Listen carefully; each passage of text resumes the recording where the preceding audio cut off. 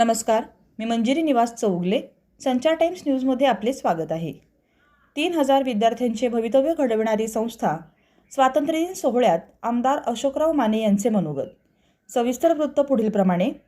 हुपरी तालुका हातकणंगले तालुक्यातील हुपरी येथील जनता शिक्षण प्रसारक मंडळाच्या वतीने 80वा स्वातंत्र्यदिन उत्साहपूर्ण वातावरणात साजरा करण्यात आला. यावेळी संस्थेच्या आवारात आमदार अशोकराव माने यांच्या हस्ते भव्य ध्वजारोहण करण्यात आले. यावेळी मनोगत व्यक्त करताना आमदार अशोकराव माने यांनी देशाच्या स्वातंत्र्यासाठी बलिदान देणाऱ्या स्वातंत्र्य सैनिक व हुतात्म्यांना अभिवादन केले. देशाच्या स्वातंत्र्याबरोबरच भारतीय संविधानाचे महत्त्व अधोरेखित करताना त्यांनी सांगितले की डॉक्टर बाबासाहेब आंबेडकर यांनी दिलेल्या संविधानामुळे विविध जाती धर्मातील नागरिकांना समानतेने, बंधुभावाने आणि एकोप्याने जगण्याचा अधिकार मिळाला आहे.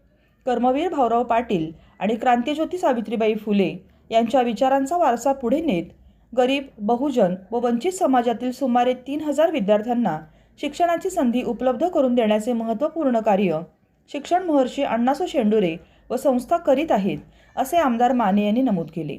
यावेळी संस्थेतील विविध क्षेत्रात उल्लेखनीय यश संपादन केलेल्या विद्यार्थी-विद्यार्थिनींचा मान्यवरांच्या हस्ते सत्कार करण्यात आला.